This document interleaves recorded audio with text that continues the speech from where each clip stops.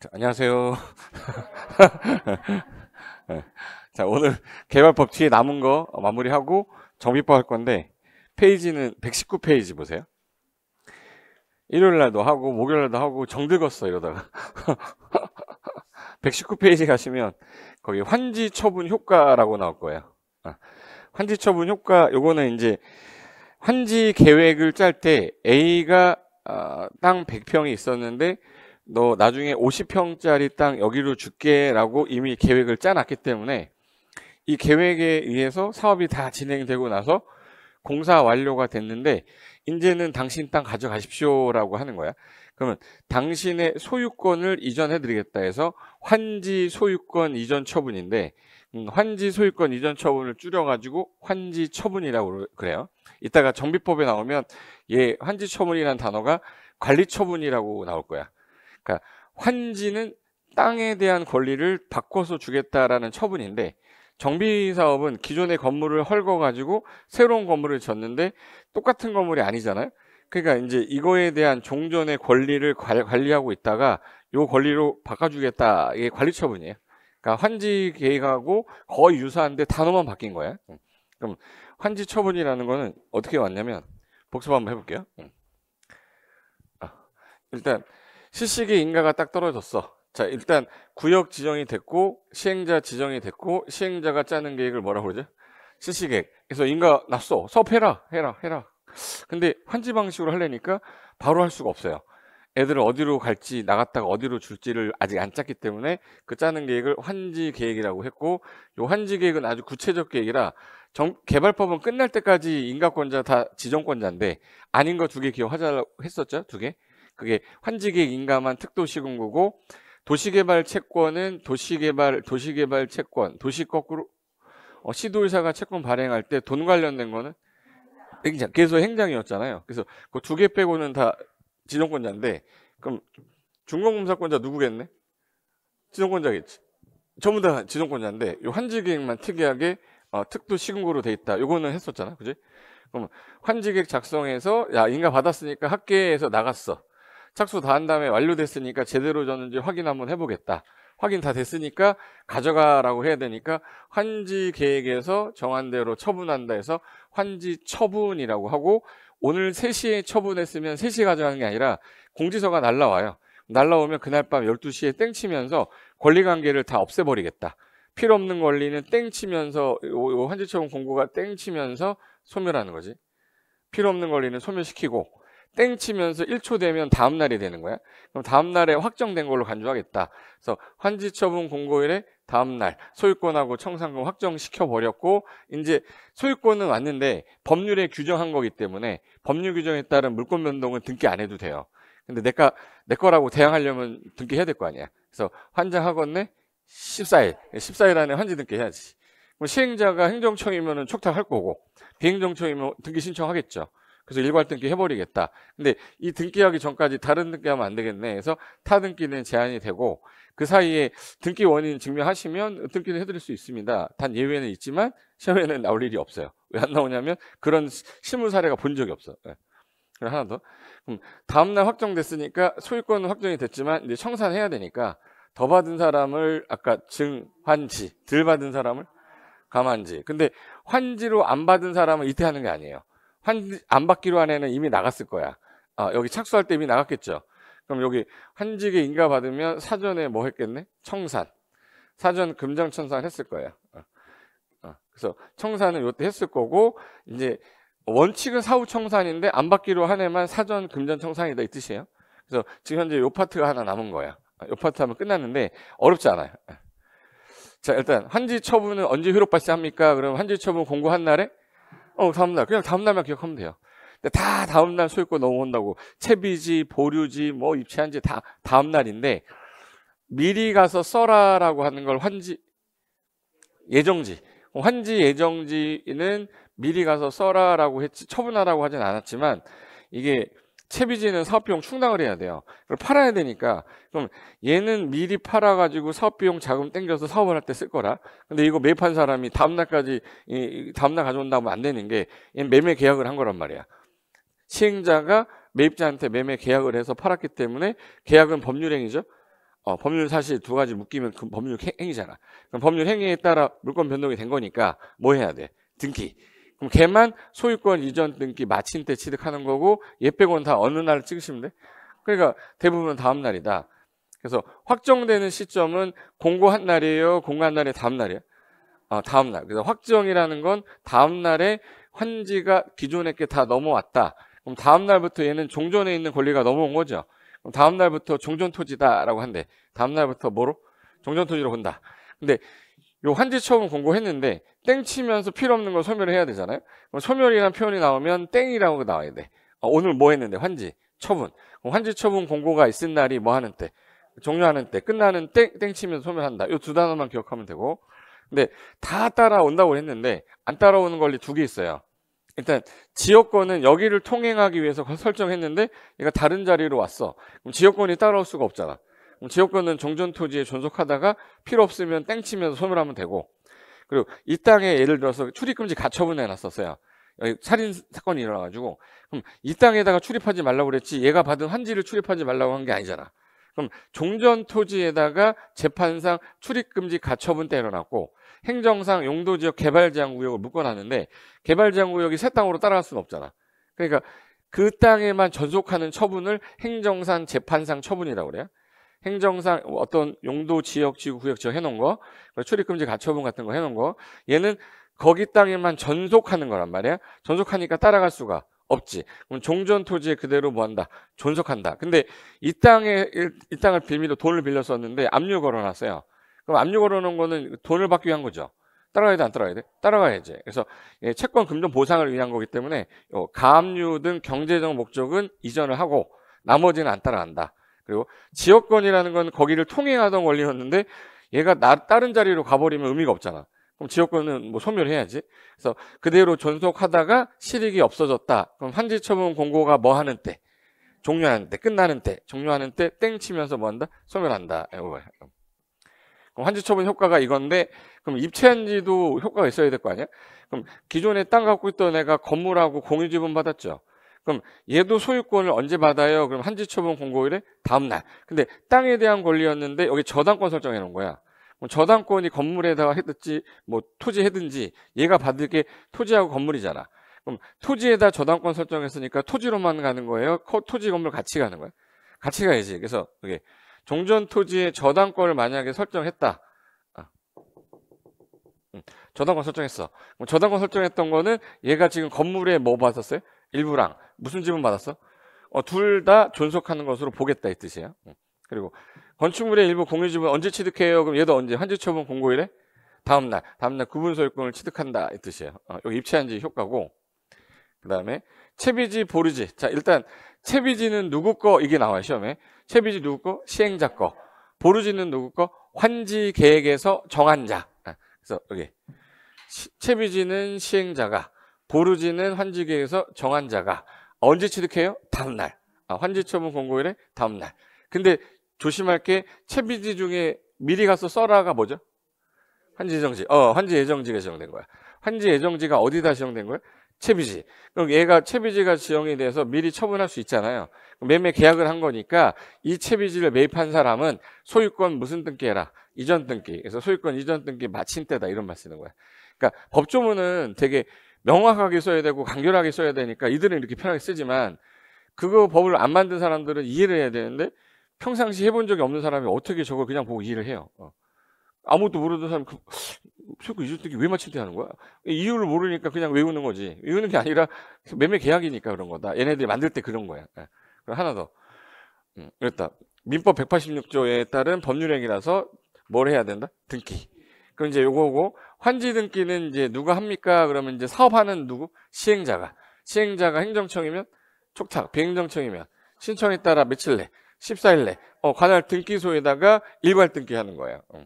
그리고 요 등기할 때까지 환지처분 공고한 날부터 등기할 때까지 다른 등기하면 돼야 안 돼? 타 등기는 못 하는 겁니다. 그런데 확정일자 있는 어떤 서류 등에 인해서 등기 원인이 있었어요 라는 걸 증명만 하면 등기를 해주겠다. 근데 실무 사례에서 이런 경우 거의 없다고. 웬만하면 바로 등기하기 때문에. 됐어.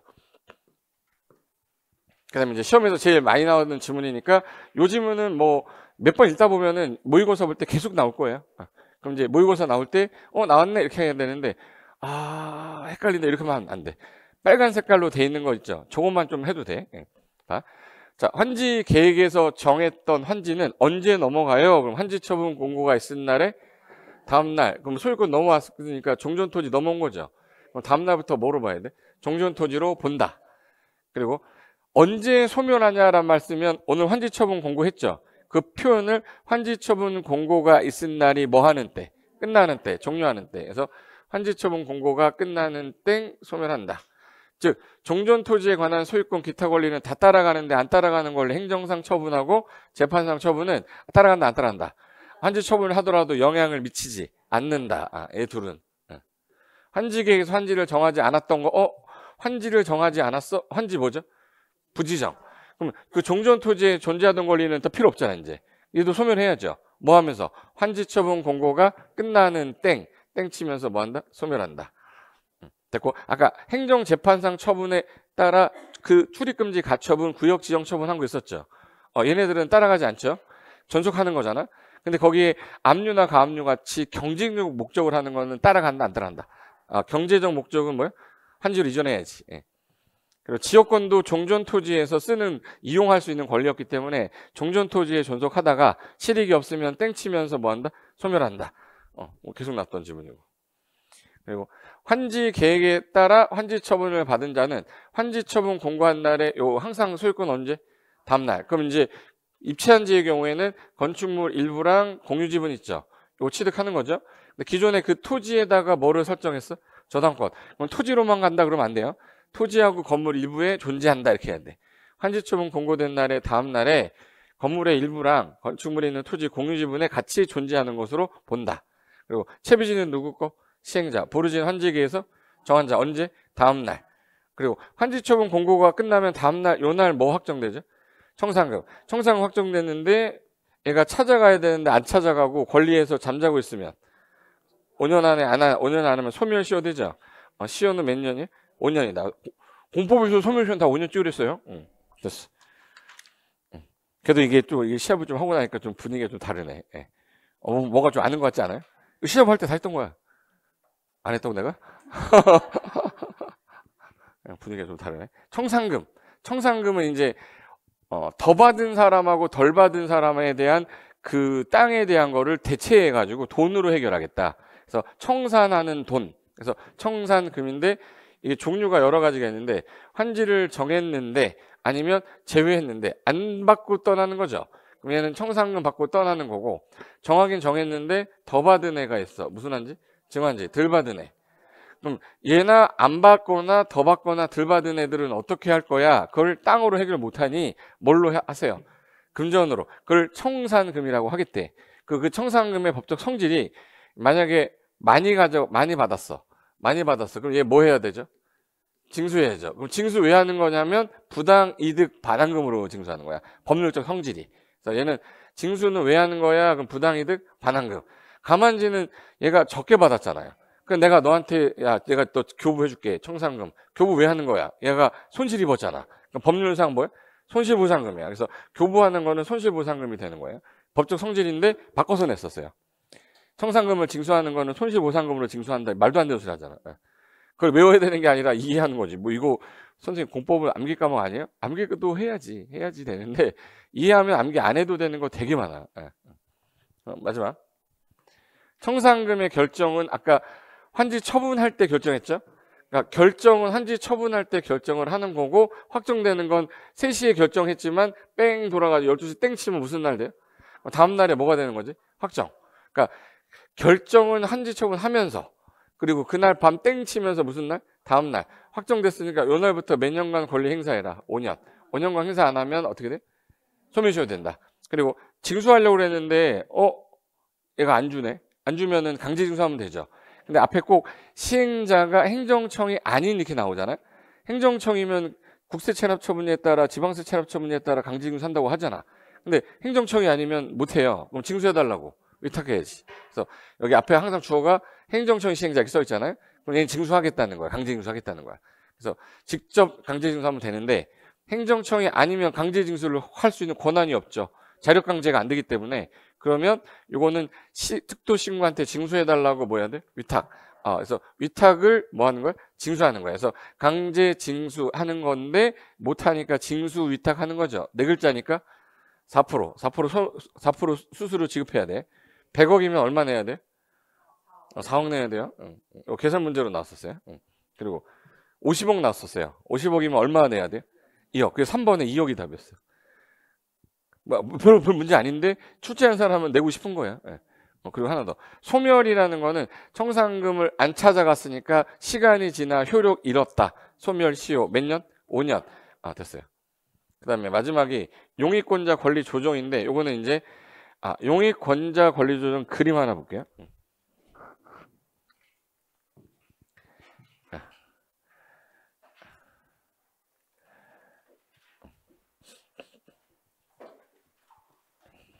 페이지 58페이지 신의 노트 58페이지 있는데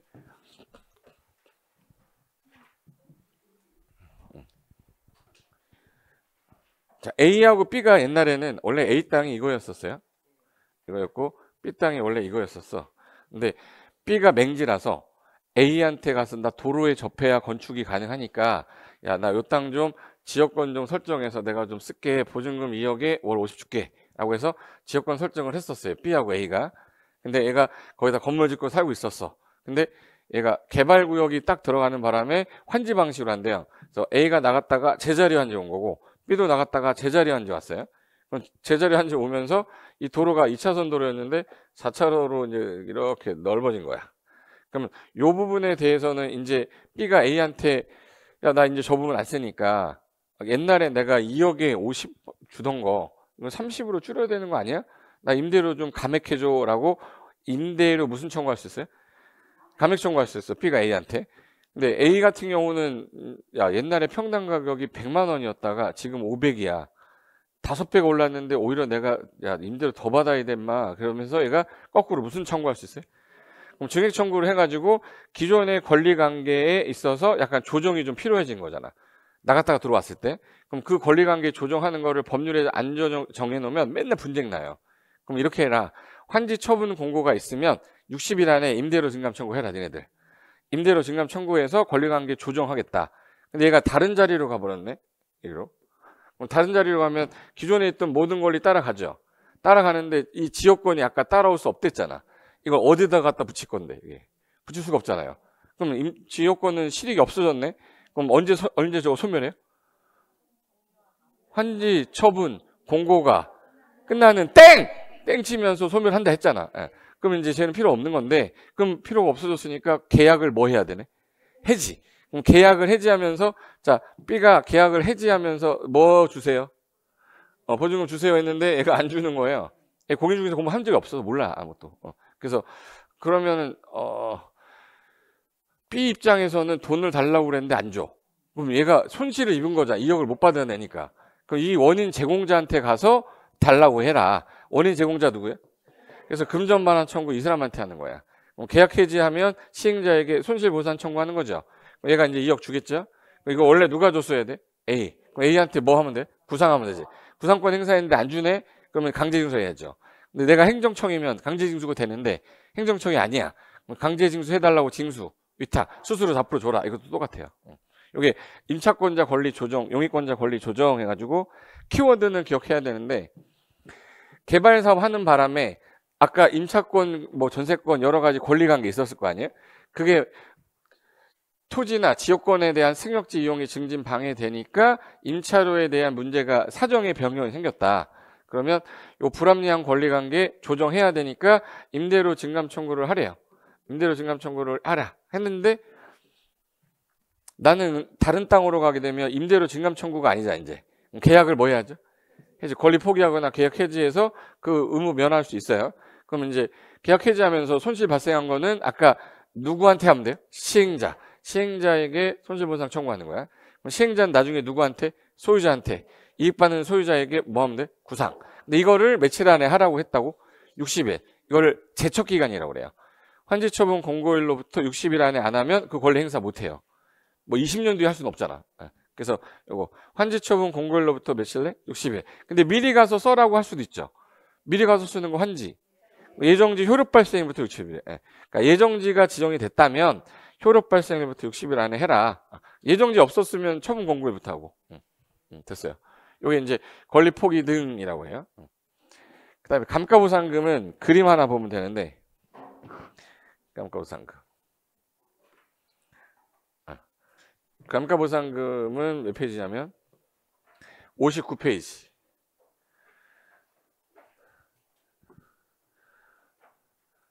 제가 단거나 하는 거 한 것만 가지고 무조건 계속 본다고 그랬죠. 기본수 할 때도, 기출문제 할 때도, 시합 할 때도 맨날 본다고 그랬어요. 그래서 그냥 시합을 갖고 가다 다니다 보면 어느 순간 얘가 너덜너덜해지면 합격하는 거야. 깨끗하신 분 있어요. 이 시합부가 막 이제 스프링이 막 이제 빠지고 막 이래야 되는데 스프링이 깨끗해. 그러면 아직 많이 안 본 거야. 갖고만 다니고 너무 소중해 이러지 마. 하나 또 사면 되지 뭐. 그거 얼마 된다고. 없으면 줘. 내가 사줄게요. 내가 너무 너덜너덜해서 못 보겠는데 갖고 오세요. 2명만. 다 오면 안 되잖아. 감가보상금이란 단어가 딱 나오잖아요. 수용 방식인지 환지 방식인지부터 먼저 구분해야 돼. 잘 봐. 감가보상금을 왜 나왔냐면 나갔다가 들어왔는데 땅값이 총가액이 떨어진 거예요. 그럼 이거는 수용이 아니라 뭐겠네? 환지겠지. 수용 방식에서 나오는 게 아니에요. 무슨 방식에서? 환지. 종전에 얘네들 땅 가격이 총액이 있었는데 얘네들이 다시 들어왔대요. 환지잖아. 그럼 환지 방식인데 어떻게 총액이 1000억이었던 게 1000억이었잖아 지금. 1000억이었던 게 어떻게 이게 990억으로 줄었니? 이게 이걸 줄일 수가 있니? 했더니 원인을 자세히 봤더니 요 공공시설을 조금 뺐어요. 많이 뺐어요. 원인 제공이 공공시설 과다포야. 이게 머릿속에 딱 들어있어야 돼요.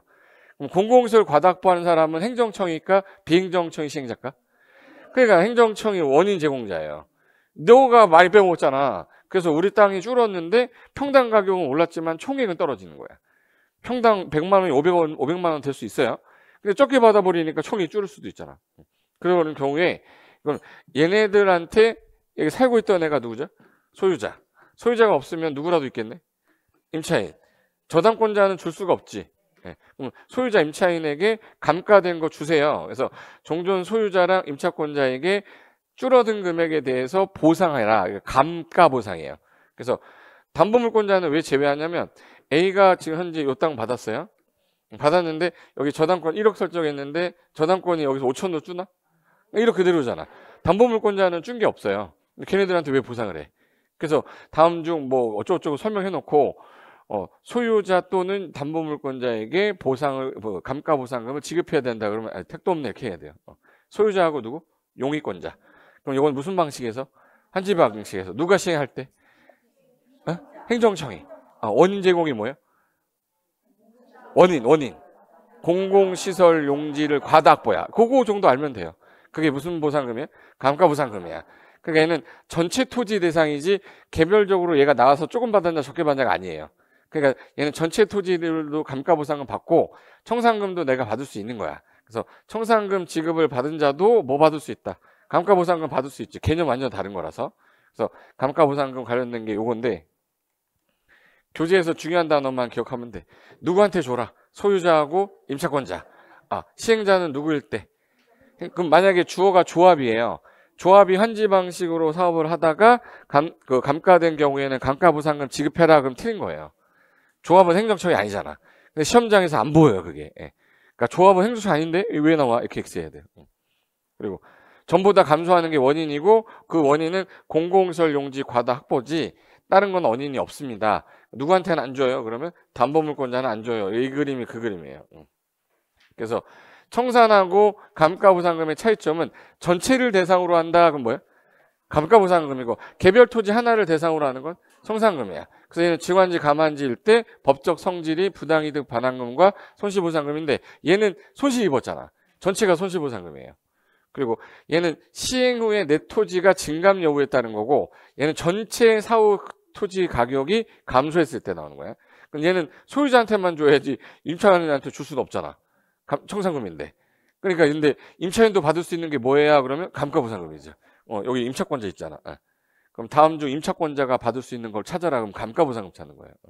그리고 이건 시행자가 지급을 해줘야 되는데 얘는 앞에 무슨 단어 붙어야 돼요? 행정처인 시행자야. 비행정처일 때 나올 일이 없잖아요. 됐고 도시개발 채권 마지막. 도시개발 채권은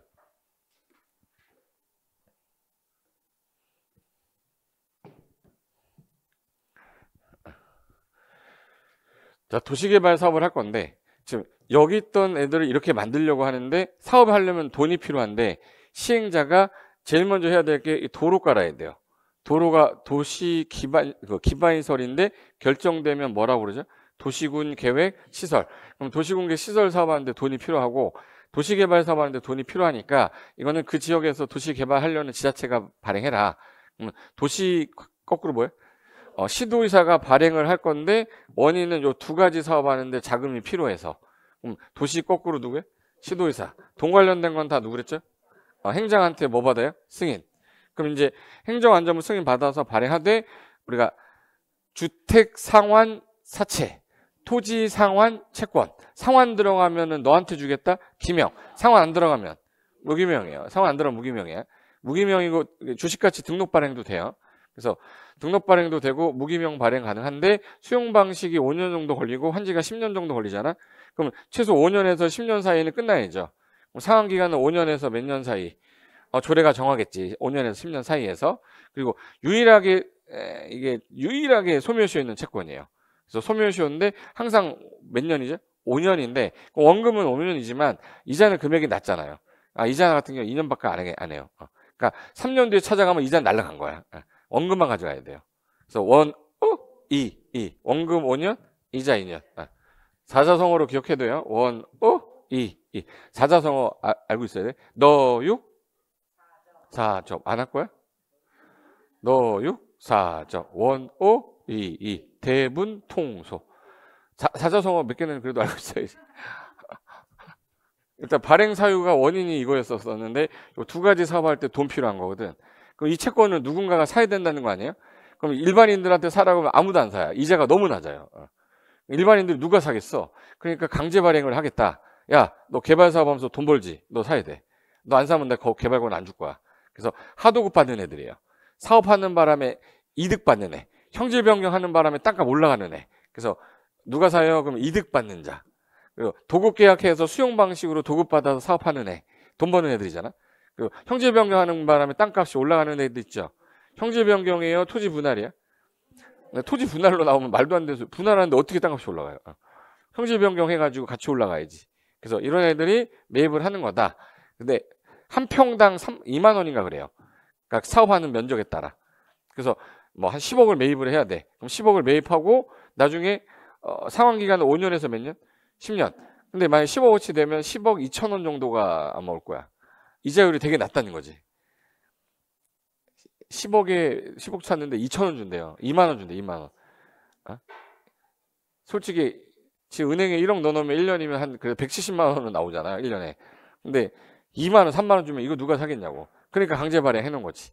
근데 얘들이 10억어치 샀어야 되는데 갑자기 돈이 필요한 거야. 그래서 저 지금 돈이 필요한데 채권 좀 상환 좀 해주세요. 그러면 그래 줄게. 그러면 사업을 못 하잖아요. 중도 상환이 원칙이 된다 안 된다? 안 돼요. 중도 상환은 원칙이 안 되는데 안 되는데 10억어치 사례가 15억을 샀네. 그럼 5억어치는 상환해줘야죠. 예외는 있다. 그래서 중도 상환은 안 되지만 되는 거는 매입자가 귀책 사유 없이 예를 들어서 취소가 됐다거나 착오로 매입을 했다거나 초과해서 매입한 경우라면 중도 상환 가능하고 이거 아니면 중도 상환 안 돼요. 그래서 이게 도시개발 채권 관련돼서 교재 보세요. 묻는 말에만 대답해 주면 교재 안 봐도 돼.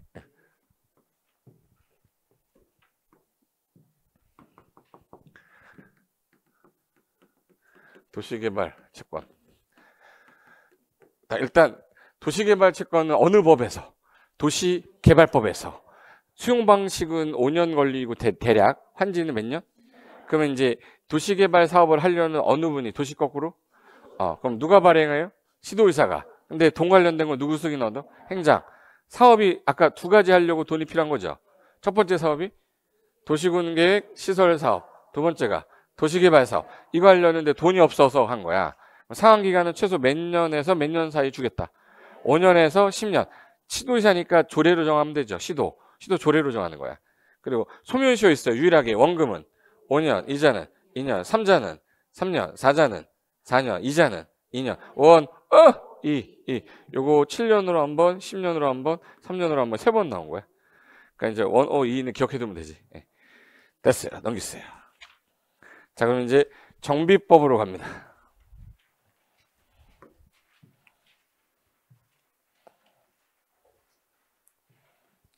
자, 일단 정비법은 도시 및 주거환경 정비법이잖아, 이거. 도시 및 주거환경 정비법. 그럼 얘는 도시개발사업법. 아까 도시개발법 있었죠?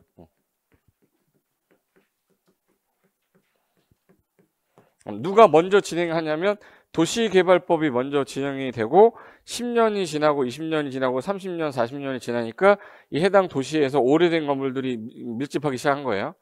그 중에서 하늘에서 봤더니 여기는 기반시설이 너무 열악하고 여기는 기반시설이 약간 열악하고 여기는 양호한데 오래된 건물들이 밀집되어 있는 거야.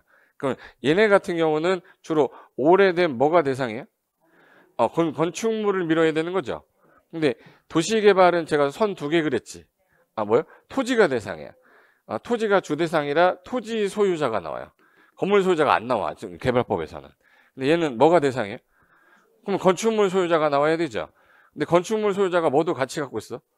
토지도 갖고 있고 나대지도 있잖아. 그럼 토지 소유자도 있고 건축물 소유자도 있고 같이 가진 사람도 있죠.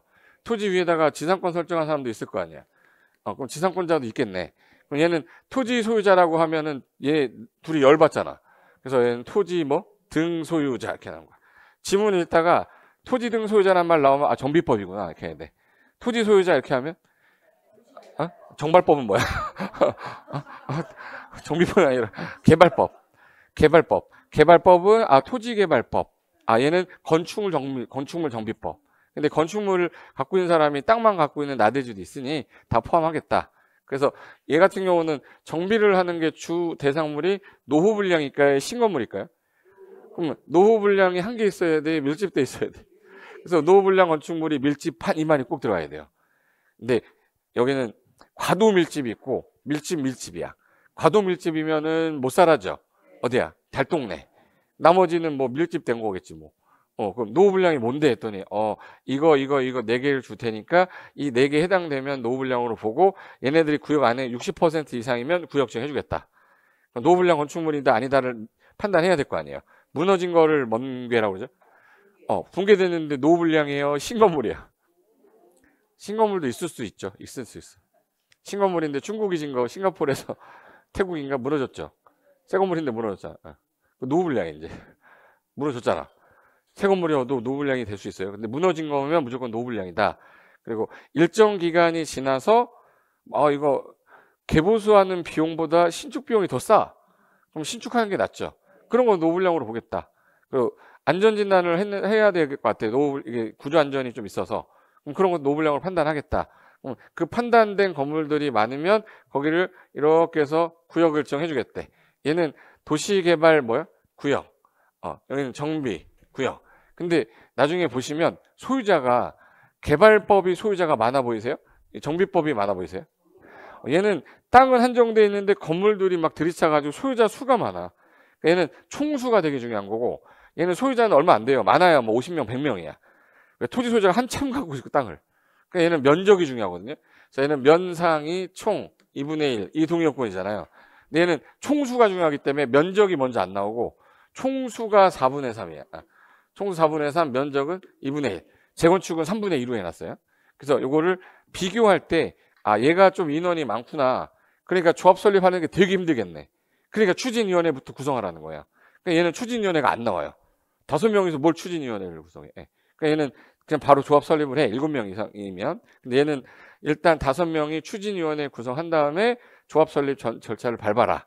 그러니까 네 마음대로 하지 마. 근데 여기 있던 내용을 그대로 갖다가 준용해서 쓸 거니까 여기서 조합이라고 했던 단어를 그대로 쓰겠대요.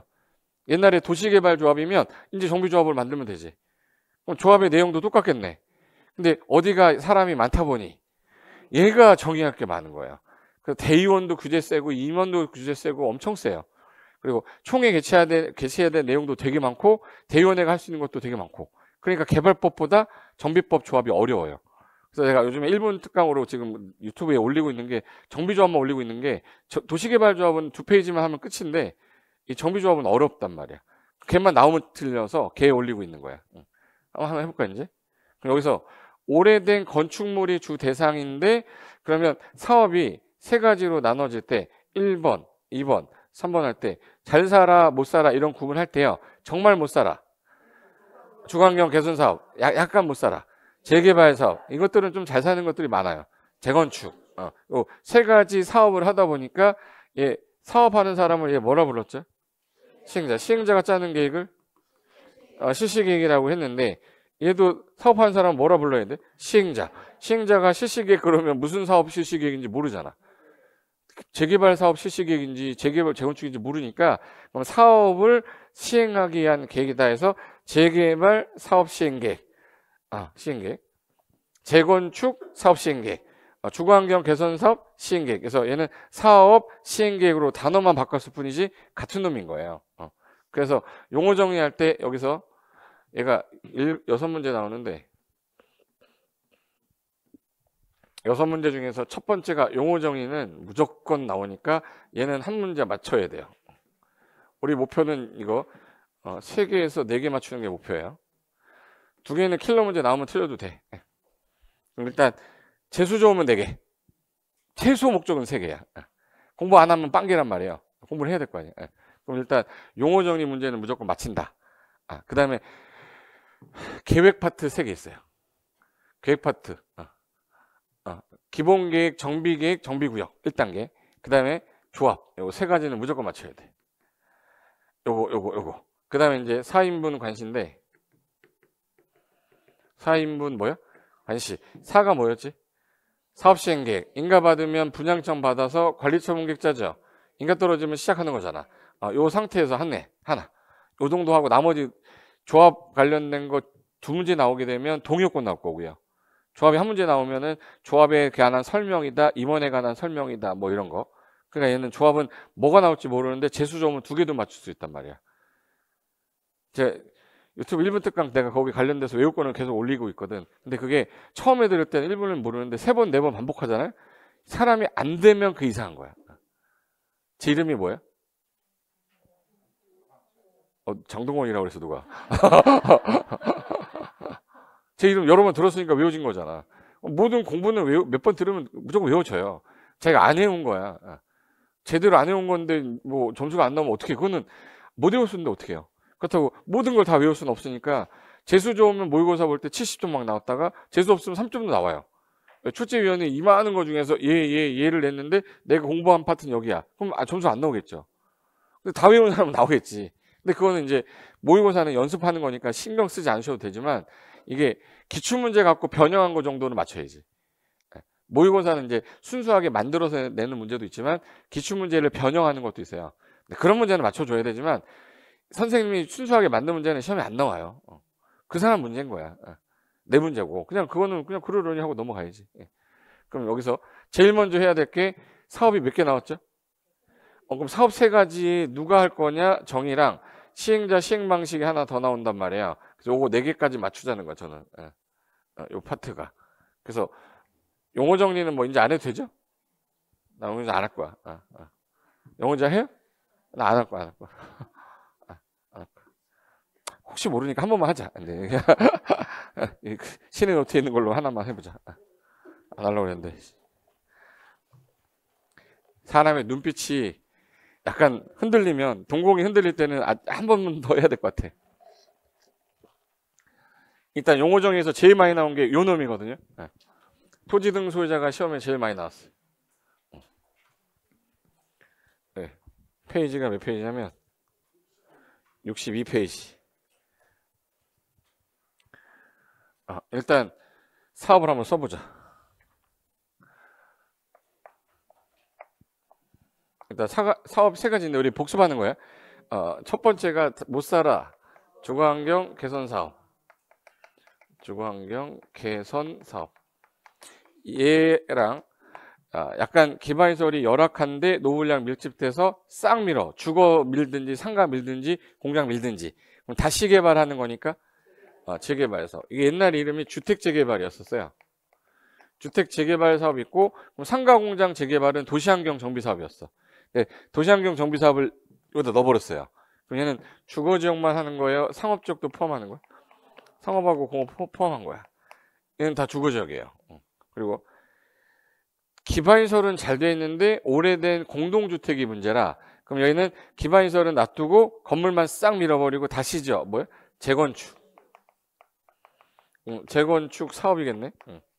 그럼 얘는 주 대상이 어디냐면 공동주택이 대상이니까, 공동주택이 주 대상이니까 얘가 용도 지역이 뭐겠네? 주 대상이 주거 지역이죠. 상업 지역에도 있어요. 준주거에도 있어. 근데 주 대상은 거기가 주거겠지. 예. 상가를 대상으로 하는 건 아니라는 거야. 예. 그럼 요 세 가지 사업을 하는데 얘는 달동네에서, 예, 얘는 기반시설이 좀 열악한 지역, 기반시설이 양호한 지역이야. 이런 지역이야. 생긴 게 이렇게 생겼어요. 근데 주거환경 개선 사업 같은 경우는 이제 누가 사업을 할 거냐라고 할 때 잘 살아요, 못 살아요? 그러니까 여기는 얘네들이 뭉쳐서 사업을 할 수가 없다. 뭉쳐서 사업 못 하니까 해당 시에서 해줄 수밖에 없어요. 그래서 이 법은 다 시장, 군수 등이라고 할 때 특특 시장, 군수, 구청장 줄여서 뭐라고 그래? 시장, 군수 등. 시장, 군수 등이라고 그래요. 그럼 시장, 군수 등이 할 건데 얘네들이 사업하는 거를 좋아한다, 싫어한다? 싫어해요. 갈 데가 없어 올라왔더니 또 나가래. 그럼 이 사람들 싫어하겠지. 그럼 쟤네를 그냥 구슬려야 될 거 아니야. 그게 방식 여러 가지인데 너희들 진짜 싫으면 집은 니들이 알아서 해봐. 여기다 우리가 기반시설만 이건 내가 깔아줄게. 누가? 시장군수가. 그래서 스스로 개량 방식이라고 해서 자율주택 개량이라고도 해요. 근데 법조문에 스스로란 표현 쓰니까 스스로라는 걸로 외우는 게 더 나아요. 그걸 굳이 바꿔가지고 외웠다가 스스로 찾아내는 것보다 스스로 개량 이렇게 하면 돼. 스스로 개량 방식인데 이거 누가 해야 돼요? 시장군수 등이 해줘야지. 이 도로 해주겠다고. 집은 니들이 하든 말든 알아서 해 이거야. 근데 시장군수 등이 하려고 그랬는데 바빠요 저 사람들이. 그러니까 빨리 해줄 수 있는 사람은 주택공사 같은 애들이야. 얘네들이 과반수 동의를 하면 야, 그럼 내가 주공등 지정해줄게. 주택공사 등이라고 해서 주공등 그러면 대한주택공사를 옛날에 한국토지공사 합쳤죠. 그래서 한국토지주택공사랑 지방공사를 줄여서 주공등이라고 그래요. 네. 그리고 얘네들이 말 안 들으면 그냥 싹 사버려, 밀어버려. 하는 거 뭐야? 수용. 땅으로 바꿔주는 거, 환지. 건물로 바꿔주는 거, 관리처분. 아까 환지처분이라고 그랬잖아요. 땅 주는 거, 건물 주는 거, 관리처분이에요. 네. 그럼 기존에 있던 애들이 다 나갔다가 다시 들어와야 되는 거잖아. 아니면 나갔다가 돈 받고 나가는 거거나. 근데 보니까 위에 거랑 아래 거 중에 스스로 개량은 얘들이 나가 안 나가요? 그럼 얘는 동의 얻을 필요가 없잖아요. 얘네들은 동의 얻어야 돼요. 그래서 얘네들한테 동의 얻는데 전체 살고 있는 토지 등 소유자 3분의 2 이상의 동의를 얻고 세입자가 많으면 여기 달동네는 소유자보다 세입자가 더 많아요. 세입자 과반수 이상이다. 그러면 세입자 과반수 동의를 얻어야 돼. 무슨 방식으로 할 때? 수용 환지 관리 처분인데 이제 지문에 이렇게 나와요. 스스로 개량 방식으로 진행하는 과정에서 토지 등 소유자 3분의 2 이상과 세입자 과반수 동의 얻어야 된다. 틀린 거야. 스스로 개량은 안 나가요. 뭔 동의를 얻어? 도로만 깔아주는 건데. 그래서 요 방식으로 하려면 당연히 누가 해야 돼요? 시장, 군수 등이 해야 돼. 얘가 해야 되는데 저런 동네가 옛날에 막 50개, 60개면 시군이 못하지. 그래서 야, 주공등 네가 해봐. 주공등 네가 하거나 내가 법인을 만들 테니까 법인 네가 해봐라. 그래서 주공등이나 법인을 시행자로 지정해서 니들이 해. 했는데 얘네들이 빨리빨리 사업을 못하는 이유가 아파트 지어야 되잖아. 아파트 짓는 전문가는 등록업자, 건설업자예요. 그럼 니네들 건설업자랑 등록업자랑 같이 하게 해주겠다. 이렇게 할 수도 있어. 그럼 이걸 사업하는 뭐라고 그래요? 시행자. 시행자인데 재개발 같은 경우는 여기 싹 밀어야 되니까 여기 살고 있는 사람들이 있을 거 아니야? 살고 있는 사람들이 모여서 하면 되겠네.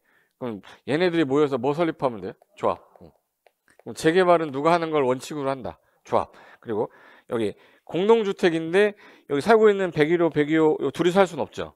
얘네들이 모여가지고 전체 뭐를 해야 돼? 조합 설립해야 돼. 그럼 얘도 누가 해야 돼? 조합. 조합이라는 단어는 사업은 3개인데 조합은 몇 개다? 2개. 어디서는 안 나오네? 중환경에서 안 나와요. 중환경에서 나온다 안 나온다? 안 나와요. 그럼 조합이 하려고 했더니 이 재개발 구역에 보면 공장 있죠. 공장 같은 경우는 김씨 대표 있죠. 그 사람이 이만큼 갖고 있고 이 씨 둘이 있을 수도 있어. 그럼 둘이서 조합을 설립할 의미가 있나? 그럼 토지 등 소유자 지네끼리 하면 되잖아. 지네가 나갔다 지네가 들어오면 되잖아. 한 사람일 수도 있단 말이에요. 그럼 조합 설립할 수가 없잖아. 근데 얘는 한 사람일 수가 있나? 공동주택의 대상인데 어떻게 한 사람이야? 공동주택인데 있을 수도 있죠. 아파트를 100채 혼자 가질 수도 있겠지. 근데 그건 도라이라고 그러잖아. 예. 그러면 이런 경우는 당연히 조합인데, 야 그럼 여기는 토지 등 소유자가 단독으로 하는 경우도 있게 하자. 야, 소유자들이 20명 미만일 때 몇 명 미만이야? 그럼 19명, 17명, 12명, 13명이면 조합 설립한다요? 안 한다요? 안 하고 토지 등 소유자가 단독으로 할 수도 있다 이 뜻이에요. 근데 조합원은 누구예요? 그래서 누구예요? 토지 소유자라고 하면 안 돼. 토지 등 소유자. 이 조합원은 누구예요? 토지 등 소유자들이야. 근데 여기 토지 등 소유자들은요, 토지 소유자도 있고 건물 소유자도 있고 지상권자 있죠. 여기 토지 소유자 있죠. 건축물 소유자 있지. 지상권자 있지. 여기는 토지 소유자가 없어요. 공동주택에 토지만 가진 사람 있어? 없잖아. 건물만 가진 사람 없죠. 그럼 토지하고 건물하고 공유지분 같이 가져야 되죠. 그럼 얘네들을 뭐라고 그래야 돼? 토지 등 소유자. 얘는 건축물하고 뭐를 같이 갖고 있구나. 부속토지. 그러면 여기 둘은 토지 등 소유자 그러면 토지 소유자, 건축물 소유자, 지상권자인데 여기는 건물하고 토지를 같이 가진 사람만 조합 원인이 되는 거야. 그래서 여기 두 개로 나눴죠. 토지 등 소유자 그러면 주거환경 개선 사업하고 재개발 사업은 토지 소유자 또는 건축물 소유자 또는 지상권자. 근데 재건축의 경우는 건축물하고 부속 토지를 같이 가진 소유자. 그럼 어디는 지상권자가 안 나오네?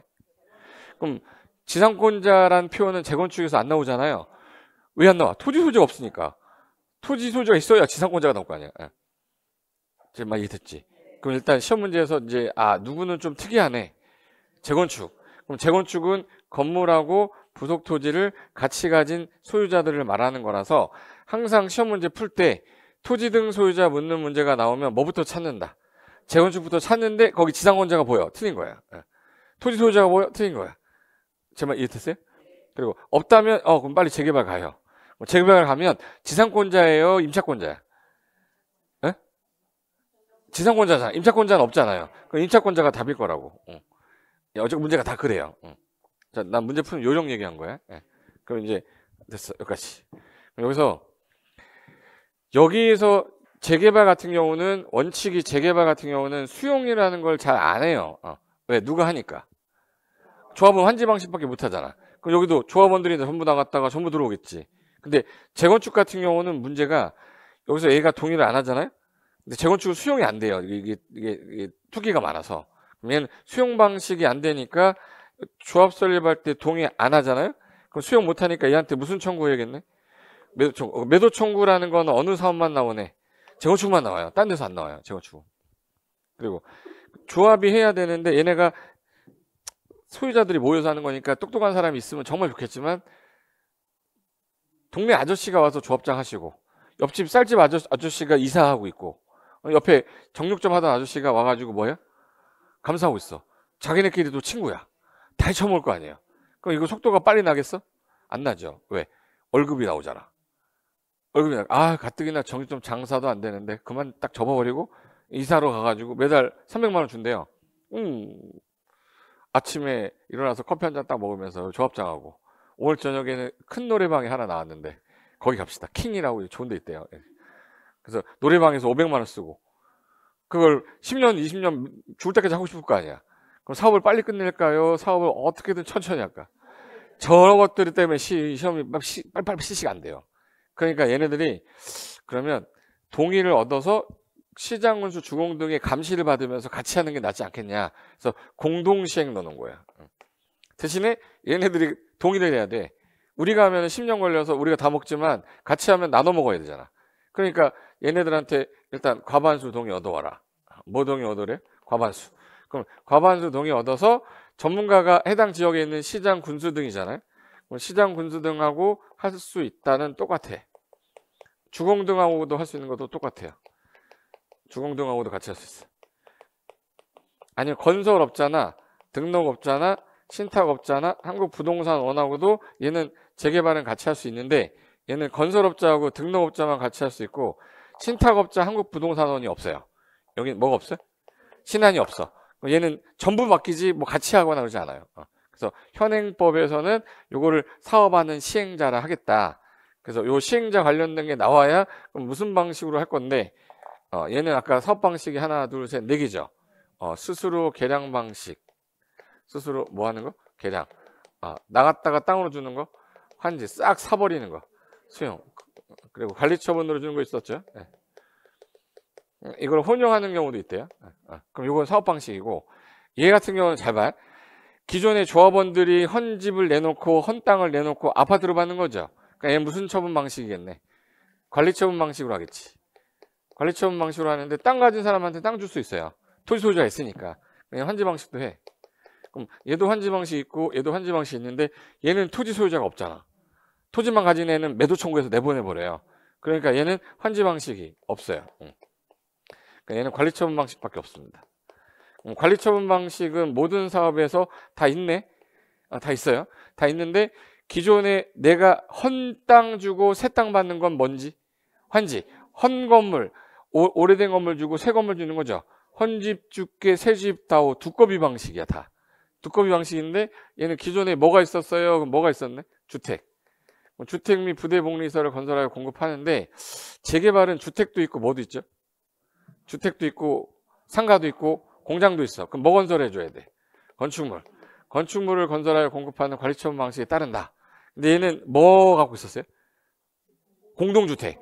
공동주택이니까 주택 및 부대 복리시설을 건설하여 공급한다 했다가 이번에 법을 개정하면서 야 재건축 진단해봐. 안전진단 뭐로 바꿨고요? 재건축 진단으로 바꿨고 야 너 활성화해서 재건축 진단도 옛날에는 정비계획 수립식이 도래하면 하는 거였는데 너 사업시 인가 전까지만 실시해 라고 이제 완화해 줬어요. 완화해 주면서 활성화를 시키려고 했더니 여기가 주로 이제 상업지역 같은 데야. 상업지역에는 주택만 지면은 아깝잖아요. 상가가 그렇게 돈이 되는데 상가 지수도 있어야 될 게 아니야. 그럼 준주거하고 상업지역 같은 경우는 그럼 이제 이렇게 하자. 얘도 주택만 지는 게 아니라 건축물 건설해서 공부하게. 건축물. 얘도 건축물이죠. 얘도 건축물이잖아. 얘는 뭐라고 써있어요? 주택이야. 옛날에 주택이었단 말이야. 건축물을 건설하여 관리처분 방식에 따라 공급하는데 그게 공동주택을 말하는 거야. 근데 여기서 준주거는 무슨 기능이 있죠? 상업기능이 있고 그 다음에 상업지역도 상업기능이 있잖아. 여기 지역 같은 경우는 공동주택이 아닌 아파트가 아닌 공동주택 외의 건축물 있죠. 외의 건축물을 전체 면적의 30% 정도를 짓게 해주겠대. 옛날에는 그냥 오피스텔만 딱 했는데 오피스텔 말고 도생도 되고 근생도 되고 다 하겠다는 거야. 많이 하라고 조금 하라고? 많이 하라고. 그래서 요건 시험에 올해 꼭 나올 거예요. 나오는데 뭐가 나올 거 같니? 그러면 20%로 바뀔 것 같아요. 아니면 이거 준주거 상업을 일반적으로 바꾸거나. 모르지 나도. 뭐 그렇게 나올지 안 나올지 모르죠. 출제한 사람이 낼 것 같은데 이거 아니면 안전진단을 재건축 진단으로 바뀐 거를 내든가 둘 중에 하나 나올 것 같은데 그래도 봐야지. 뭘 나올지 모르면 다 하고 해야 돼요. 그럼 하나 더 있어. 그럼 요게 사업 뭐예요? 방식이야. 그럼 내가 환지가 없다. 그럼 무슨 방식? 무슨 사업이야? 재건축. 관리처분이 없는 사업은? 없어. 다 있어. 주택을 건설해서 주는 관리처분 방식은 중환경 개선이고 건축물 건설하는 건 두 개죠. 유일하게 어디만? 재건축만. 어느 땅일 때는 공동주택이 아닌 것도 된다. 준주거하고 상업이 아닌 지역은 전체의 몇 퍼센트? 그래서 옛날에 53불고기였잖아요. 근데 지금 03으로 된 거야. 공동주택 외의 거는 몇 프로까지? 30%. 그럼 하나 더 있어요. 사업 방식 중에서 조합이 없는 사업은 그러면 중환경 개선 사업. 안전진단이라는 단어 재건축 진단 바뀌었죠. 그래서 이제 재건축 진단은 무조건 재건축밖에 없겠다. 그리고 수용 방식을 수용을 원칙이 못하는 거. 재건축. 그럼 수용할 때 수용 방식은 천재지변 아니면 얘는 안 돼요. 그럼 여기서 동의 안 하는 애는 수용이 안 되니까 무슨 청구? 매도 청구 나오는 사업은 재건축 사업이에요. 뭐 안 한 자. 조합 설립에 동의 안 한 자. 토지만 가진 사람도 안 되죠. 건물만 가진 사람도 안 되잖아. 그럼 걔네들한테 매도 청구하겠다. 집합건물법 준용해서. 그래서 요게 사업 시행자 관련된 거랑 시행자 관련된 건데 자, 아까 주택공사 등 그러면 아까 누구 얘기 안 됐지? 한국토지주택공사랑 지방공사 얘기하는 거고 정관 등 그러면 조합이 약속을 정하는 걸 뭐라 그래? 정관. 토지 등 소유자가 자기네끼리 약속 정하는 걸 규약. 공공이 작성하는 걸 시행 규정. 근데 시행 규정이라고 그래요. 정관 규약 규정이야. 근데 여기 대부분 사업 거의 대부분 조합이 하잖아요. 그러니까 조합이 하니까 정관 등이라고 그래야지 규약 등이라고 안 하겠지. 예. 됐지? 그래서 조금 전에 판사한 게 요거 쓴 건데 63페이지인가? 63페이지에 요거 개정된 것만 제가 다시 확인할게요. 관리처분 방식 다 있었죠. 근데 재건축이 이번에 개정이 하면서 5월 아직 안 됐어요. 실행 아직 안 하고 있어. 5월달 돼야 시행하는 건데 요 주택 및 오피스텔 요 단어가 주택이라는 단어가 뭐로 바뀌었고 건축물을 건설하여 공급하는데 이게 준주거지역 상업지역 일대에는 이제 오피스텔이 아니라 공동주택이 아닌 외의 건축물 있죠. 외의 건축물을 전체 면적의 몇 프로? 30% 정도 공급할 수 있다. 요게 하나 개정된 거예요. 됐죠? 네. 그래서 환지 방식 없는 사업? 재건축 바로 나와야지. 네. 그리고 열악 그러면? 극히 열악은? 정신 바짝 차리라니까. 네. 극히 열악은 주거환경, 열악은 재개발, 양호하면 재건축. 요 세 가지 사업이 원래 주 대상인데 재개발 중에서 공공이 하는 사업도 있고 재건축 중에서 공공이 하는 사업 있죠. 공공이라면 시장운수 주공 등을 말하는 거예요. 시장운수 주공 등이 하는데 다음에 조건을 갖추면 공공재개발, 공공재건축을 하는데 최근에 저거 하다가 다 포기했어요. 그래서 지금 수출제 위원들이 저걸 별로 안 좋아해. 왜 안 좋아해? 안 하고 있는 걸 내봤자 욕만 먹잖아. 쟤 공부 더럽게 안 하는 애네 이렇게 나올 거 아니야. 나 대학 교수인데 서울대 교수인데 사람들이 손가락 받는 걸 좋아하겠어요? 제일 먼저 제가 할 거예요. 서울대 교수나 돼가지고 이렇게 할 건데. 그러니까 실질적으로 최근에 나오는 것들 위주로 해야 되는데 지금 이 재건축 이거 개정된 거 있잖아요. 안전진단, 재건축 진단 바뀐 것도 이번에 대통령이 누가 되냐 그 따라 이것도 폐지할 수 있어요. 폐지하면 원래대로 또 돌아가야 돼. 그건 제가 하는 게 아니라 어느 대통령이 들어오냐에 따라 다른 거라. 그래서 정부 도시 정책이 제발 그대로 놔두기를 바라자 우리는. 제발 그때 놔두기를 바라고 어느 분이 들어와서 야 재건축이 지금 또 풀어버리면 또 투기 많을 거 아니야. 그럼 재건축 안전진단 규제 강화시켜 그러면 또 사업시 인가전이라는 거 삭제돼 버려요. 그리고 이제 여기 오피스텔만 다시 돌아가 그러면 공동주택 외를 다시 오피스텔로 더 와야 될 수도 있어. 그러니까 이거는 개정이 공법은 계속되니까. 그거랑 정비 기반 시설하고 공동 이용 시설 중에서 우리 사는데 꼭 있어야 되면 뭐라 불러요?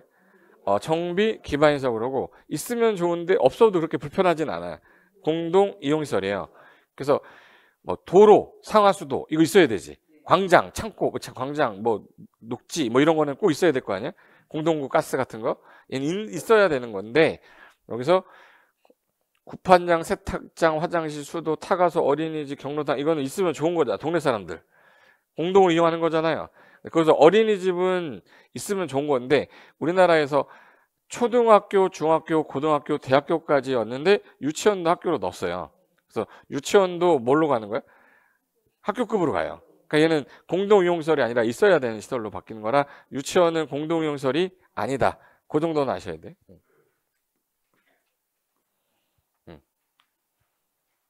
됐고 3단계 할 때 정비 기본 계획, 정비 계획, 그다음에 정비 구역이라고 그랬죠. 이거 수정 다 했었나? 프린트 들었었는데 책에 수정돼 있어요? 역시 프린트 줬는데 아직까지도 안 해놨으면 그건 진짜 너무하신 거야. 혹시 처음 오신 분은 프린트 못 받았으면은 그 프린트 그 받으시거나 저기 사이트 가면 다운 받아서 고쳐 놓으세요. 그럼 제일 먼저 해야 될 게 아까 용어정의. 용어정의에서 제일 잘 나오는 게 뭐예요? 아까 토지 등 소유자, 정비 기반시설하고 공동이용시설 구분하는 거. 그다음에 노후불량 건축물은 옛날에 많이 나왔는데 지금 안 나와요. 그리고 국가가 정비 사업을 옛날에 할 때 규제를 안 했는데 이게 도시가 78개인데 도시마다 지 멋대로 정비 사업을 막 하고 있으니까 통일성이 없는 거예요. 그래서 정부가 주는 게 정비 기본 방침이란 게 하나 나왔고 방침이 나오고 난 다음에 계획 짜고 구체적 계획 짜서 구역 정해라. 요게 1단계. 그다음에 사업하는 시행자, 시행 방식 2단계. 그리고 사, 인, 분, 관, 시 3단계. 그리고 마지막에 소유권 이전 고시 끝. 이게 전부거든요. 그 과정에서 제일 먼저 해야 될 게 이제 저 맨 위에 기본 방침 나와야 되잖아. 그래서 교재 보시면